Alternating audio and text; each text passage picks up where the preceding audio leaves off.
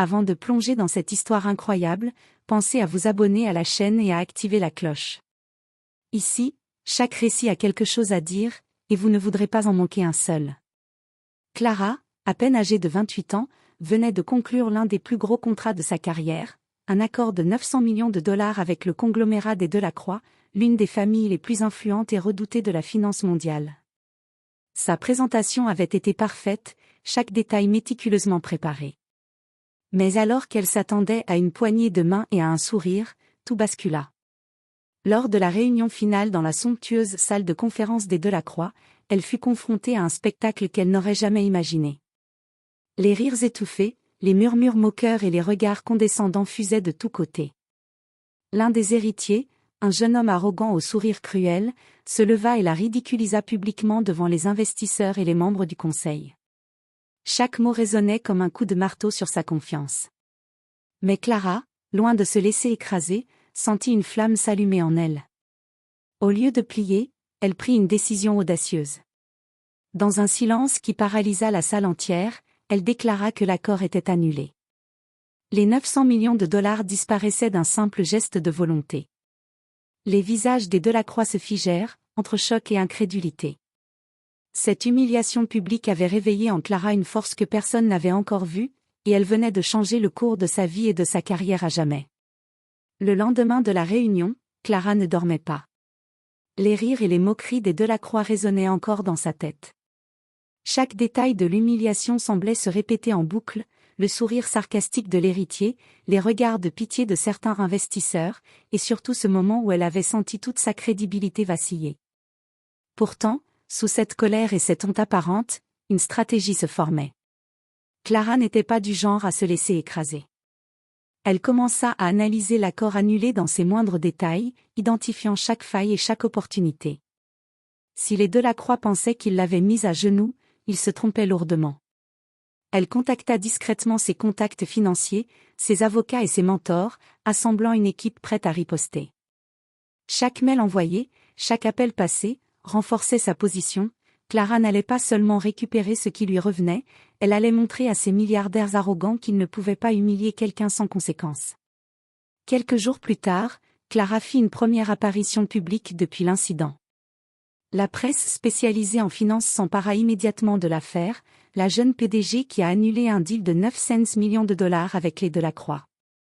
Mais au lieu de la ridiculiser, les journalistes commencèrent à admirer son courage et sa détermination. Dans son bureau, face aux grandes baies vitrées donnant sur la ville, Clara prit une profonde inspiration. La bataille venait à peine de commencer. Et une pensée l'animait plus que tout, ils ont voulu me briser, mais je vais les surpasser. Clara savait que la revanche ne se gagnerait pas par la colère seule. Il lui fallait un plan méticuleux, presque chirurgical, pour retourner la situation à son avantage. Elle passa des heures dans son bureau, entourée de graphiques financiers, de dossiers confidentiels et de notes griffonnées à la hâte. Chaque détail du deal annulé était analysé, chaque point faible de la famille Delacroix identifié. Elle commença par étudier leurs investissements, des sociétés en difficulté, des partenariats fragiles, et des marchés où ils étaient vulnérables. Son objectif n'était pas seulement de récupérer le contrat, mais de leur faire comprendre qu'ils avaient sous-estimé la jeune PDG qu'ils avaient humiliée. Pour cela, elle mobilisa ses alliés les plus fiables. Son équipe de juristes commença à préparer des clauses qui pourraient la protéger de toute représailles, tandis que ses conseillers financiers cherchaient des moyens de capter l'attention des investisseurs que les Delacroix considéraient comme acquis. Parallèlement, Clara utilisa les médias à son avantage. Chaque interview, chaque déclaration publique était calibrée pour montrer sa résilience et son professionnalisme. Le public et les investisseurs commencèrent à voir en elle non seulement une victime d'humiliation, mais une force montante dans le monde des affaires, capable de défier l'impossible.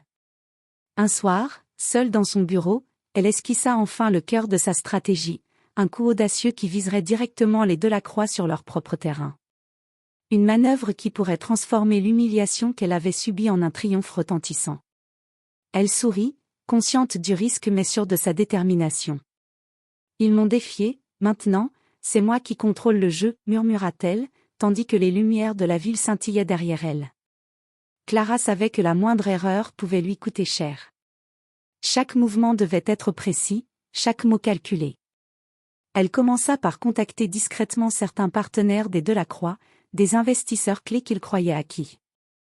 Avec tact et persuasion, elle réussit à semer le doute sur la solidité de leur projet et sur la capacité de la famille à maintenir leur empire intact. Le jour venu, Clara fit une apparition lors d'un forum financier très médiatisé, où les Delacroix étaient également présents. La tension était palpable dès qu'elle entra dans la salle, tous les regards se tournèrent vers elle, et pour la première fois, la famille Delacroix sembla légèrement mal à l'aise. Clara, impeccablement vêtue, dégageait une confiance calme et déterminée. Lors de son intervention, elle révéla subtilement certaines informations sur les vulnérabilités du marché que les Delacroix avaient négligées, sans jamais les attaquer directement. Les investisseurs présents prirent note, certains murmurant entre eux sur les risques que la famille courait. Clara voyait les regards inquiets des héritiers et sentait le vent tourner en sa faveur. Après son discours, un des journalistes s'approcha pour l'interviewer. Clara répondit avec assurance, mettant en avant sa vision stratégique et sa compétence, laissant transparaître un message clair. Elle n'était pas seulement une jeune PDG, elle était une force avec laquelle il fallait compter. De retour à son bureau, elle reçut un appel de l'un des associés des Delacroix. La voix trahissait un mélange de surprise et de nervosité. L'information était claire, Clara avait réussi à ébranler leur empire, et ils savaient maintenant qu'ils ne pouvaient plus la sous-estimer. Pour la première fois depuis l'humiliation, Clara sourit pleinement. Le jeu avait commencé, et cette fois, elle contrôlait chaque pièce sur l'échiquier. Le moment décisif approchait. Clara avait maintenant rassemblé toutes les pièces de son plan. Chaque détail était en place pour affronter la famille Delacroix là où ils se croyaient invincibles. Elle savait que cette confrontation ne serait pas seulement un duel d'affaires, mais un test de volonté et de courage. Elle organisa une réunion privée avec les représentants des Delacroix, dans une salle neutre, loin de la presse cette fois. Dès qu'elle entra, le silence s'installa. Les visages arrogants qu'elle avait connus quelques semaines plus tôt semblaient tendus. Pour la première fois, Clara ne ressentait pas la peur, seulement la détermination. Avec calme et précision, elle exposa les failles qu'elle avait identifiées dans leur projet et démontra comment elle pouvait transformer ses faiblesses en opportunités pour elle et pour les investisseurs. Chaque mot était une pièce soigneusement posée, chaque argument un coup de maître. Les Delacroix tentèrent d'interrompre, de la déstabiliser, mais Clara gardait le contrôle. Son assurance et sa maîtrise des chiffres forçaient le respect, même chez ses adversaires. Elle conclut enfin avec une offre inattendue, un partenariat rééquilibré, où les risques étaient clairement partagés, et où sa société conservait le leadership stratégique. Les héritiers se regardèrent, incapables de dissimuler leur surprise et leur frustration. Ils avaient tenté de l'humilier publiquement, mais Clara avait transformé cette humiliation en pouvoir absolu. Le silence se fit, lourd et électrique, avant qu'il n'accepte à contre-cœur le nouvel accord. Alors qu'elle quittait la salle, Clara sentit une immense vague de satisfaction. Elle avait non seulement récupéré sa dignité, mais elle avait également montré à tous que sous-estimer quelqu'un pouvait coûter très cher. Cette victoire ne se mesurait pas seulement en millions, mais en respect et en puissance retrouvée. Les semaines qui suivirent la confrontation furent un véritable tournant pour Clara. Les médias financiers ne parlaient plus seulement de la jeune PDG humiliée, mais de la femme qui avait su retourner une situation désastreuse en une victoire éclatante. Son nom circulait désormais dans tous les cercles influents, et de nouveaux investisseurs affluaient vers sa société, séduits par son intelligence et sa détermination.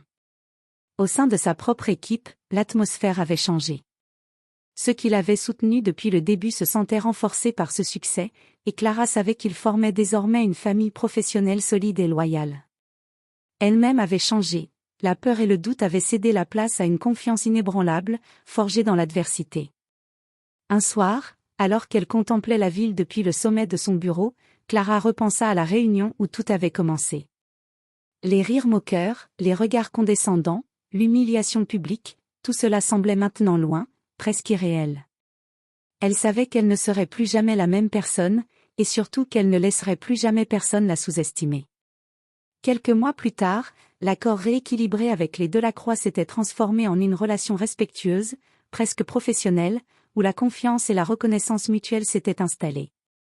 Clara avait prouvé que même face aux plus puissants, le courage, la préparation et l'intelligence pouvaient renverser le cours des choses. Alors qu'elle levait son verre lors d'un dîner célébrant sa réussite, Clara sourit à son reflet dans la fenêtre. Ils ont voulu me briser, mais j'ai construit mon empire à partir de ce moment. Et dans ce sourire, il y avait plus qu'une victoire, il y avait la promesse d'un futur où elle serait toujours maîtresse de son destin.